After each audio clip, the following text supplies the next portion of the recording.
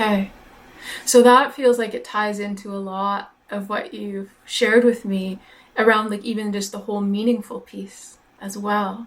Like knowing for yourself what's Mm-hmm. meaningful so that, with the capacity that you do have, there is an ability to know what is going to support you most by kind of prioritizing it in your life. Yeah, yeah. And then when you do have invitations, you know which one Mm-hmm. you would be disappointed in not being able to do, Yeah, and yeah, yeah. What has helped what would you? What has helped you with that knowing of yourself? What supports that for you? um I think some of that is taking the time to think about what you're doing, Okay. Mm-hmm. afterwards, Mm-hmm. saying, was that worth the Mm-hmm. the amount of energy I had to put into it? Um, was there something there that I'm going to walk away from and go, that's one of those bright spots. That's a memory I'm going to hang on to. Or Mm-hmm. or is it like junk mail? Yeah. Okay. So sort of ongoing processing and reflecting on your experiences to learn more about what it is that really, again, like you just used the language, brings the bright spots into your life. Mm-hmm. Yeah. Okay. Um, feels like it's kind of leaning the kind of last thing I wanted to ask you was just about advice for other people. But before we go there, um, have we missed anything? Like, is there? I mean, I feel like uh, it's hard to even summarize how much we've touched on because I feel like we've touched on so many things that honestly, like, I felt like I kind of like just felt so powerful to me. Like, I don't know if you've noticed, I've like teared up multiple times listening to Oh, you speak over the hour. That there's uh, so much that um, really lands like so meaningfully. And I'm so grateful for you and everything that you've shared with me so vulnerably. I'm wondering, does there anything feel like anything we haven't touched on in terms of what uh, living well means to you? having hope. Having hope. Yeah. Mm-hmm. Um, so for me, hope is connected to, that we're designed to heal, Yeah. and but also I connect that to my faith, Mm-hmm. having hope for the future. And I know I see people who in hospital waiting rooms who have hope and who have different faiths, and it makes a difference. Mm-hmm. So I think that would kind of factor into my advice for other people is, find a reason for hope. Yeah. And Um, how does your like I feel like I can link in what you shared about like we're designed for healing. How does your faith support your experience of hope? um, that I believe we were created to live a very beautiful life Mm-hmm. on this planet. That that's the way we were made, and that you know we're not going to destroy this planet or anything like that. We have um, beautiful promise of living life and living life well, Mm-hmm. and we just have to get there. Okay. Okay. So almost like a not just like the idea that like kind of like one human individual is kind of destined for healing, but also this like faith in humanity, in our collective capacity to move Mm-hmm. forward. Is that, am I? Yeah, and we're designed to learn, and Mm, um, to to work together with this planet, mm, to take care of it. We have a stewardship there. And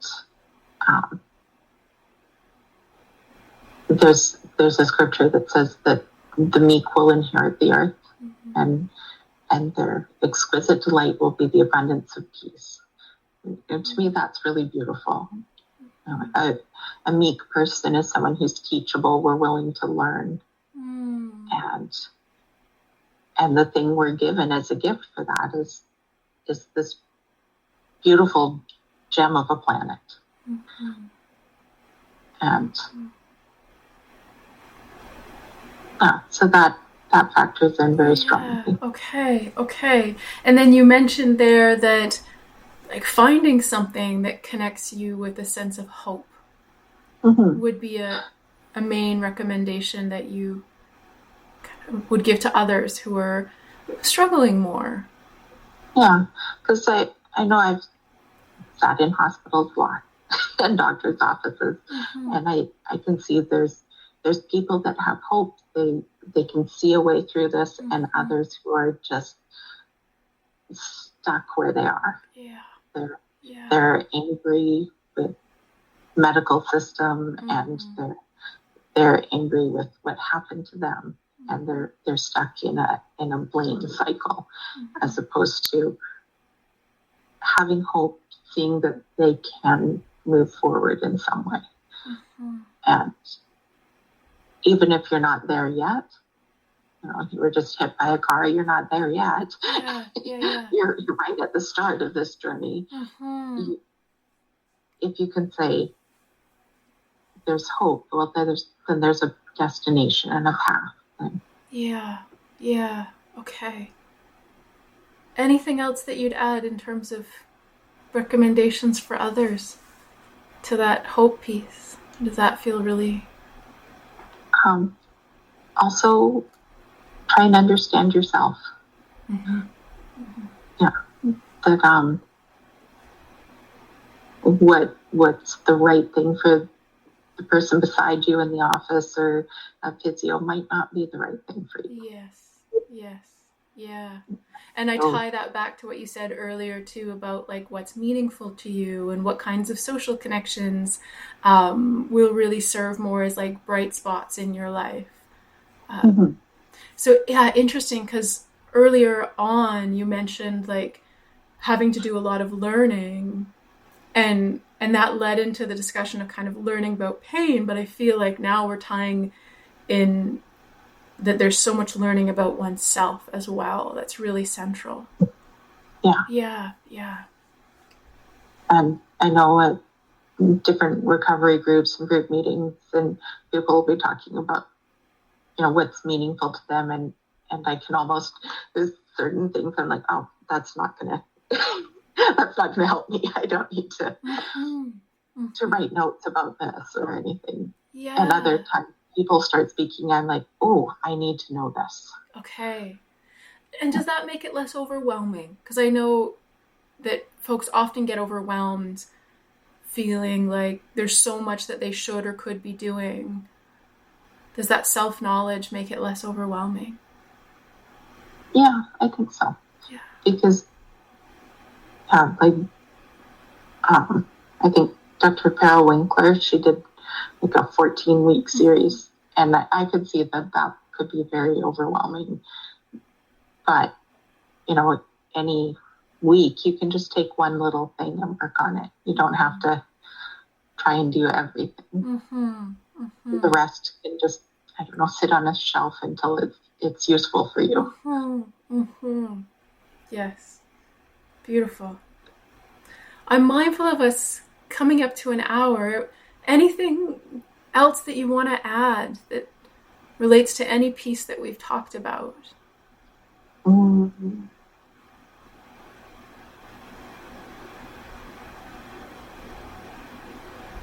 can't think of anything. Okay.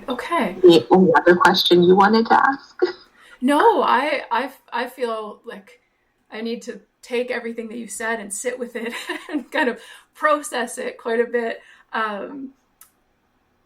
What I will do is after we finish speaking, I'll send you I'll send you the audio recording of this conversation. And then in the next while, I'll also send you a transcript. And I'm just sending you those things in case you want to review any aspect of this.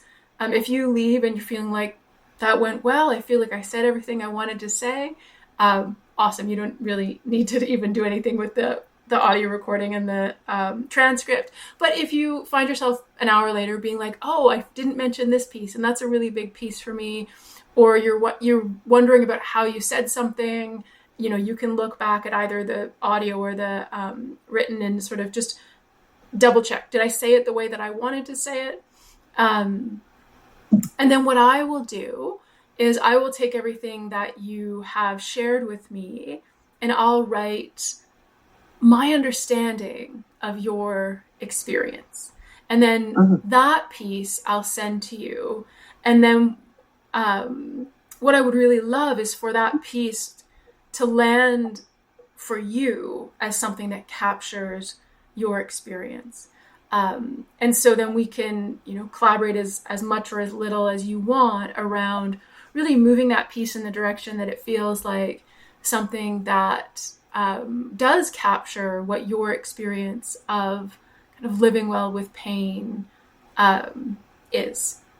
And then, I've got 10 participants, and so I'm going to have 10 different stories, and then I'll pull together, what are the similarities? What are the differences? How can we kind of see this experience in its complexity?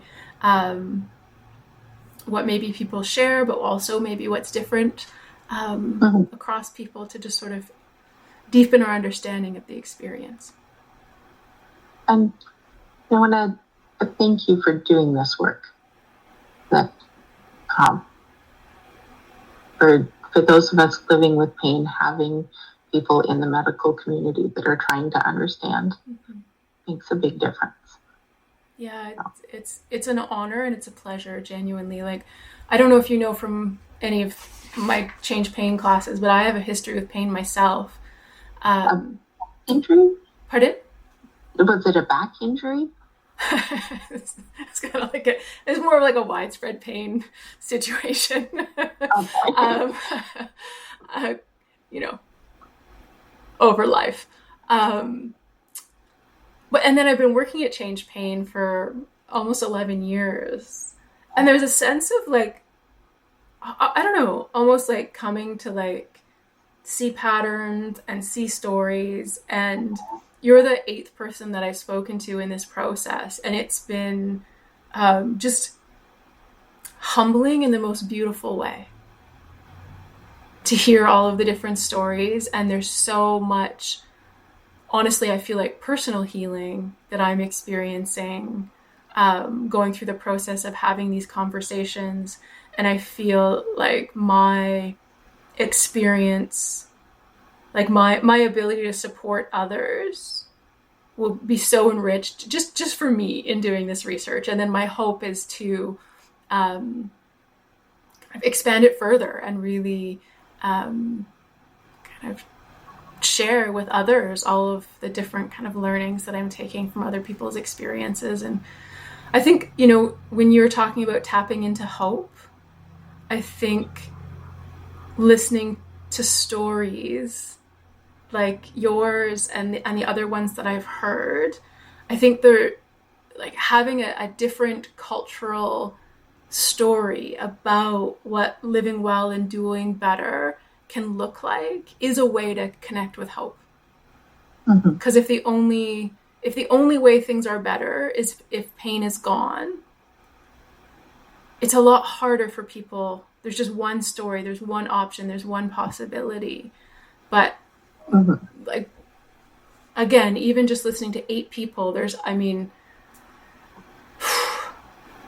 it's mind-blowing, really, in terms of like people's perspectives and the ways that they're finding their way forward. So I hope that this will also help people connect with that hope. That would be wonderful. It would, wouldn't it? Yeah. Yeah. Beautiful. Okay. Well, thank you again, Coral, for your time and everything that you put into this. I'm really, really grateful. And And as you review the transcript, if you have questions, okay, yeah, you can beautiful, clarify. beautiful. Yes. And always like the process of like me writing a draft and sending it to you will also give an opportunity for clarification because if I'm off on something, probably when I'm writing your story too, that might bring up questions as well. Yeah, Yeah, you can just beautiful. put a bunch of question marks in. Yeah, exactly, exactly, exactly. Brilliant. All right. Thank you again. I really, really appreciate this. My pleasure. Okay. I'll be in touch. Okay. Take care. Bye. Bye.